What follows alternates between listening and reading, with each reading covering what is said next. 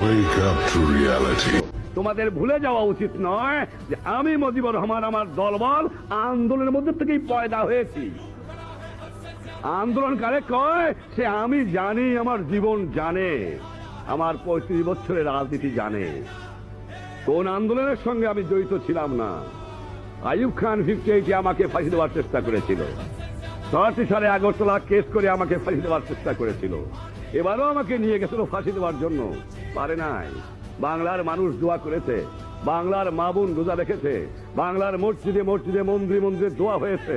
বাংলার মানুষ আমাকে ভালোবাসে, আমি জানি, আমিও তাদের ভালোবাসি। এই ভালোবাসা আমার চিরদিন থাকবে। চিরদিন আমি এই ভালোবাসা নিয়ে মরতে চাই।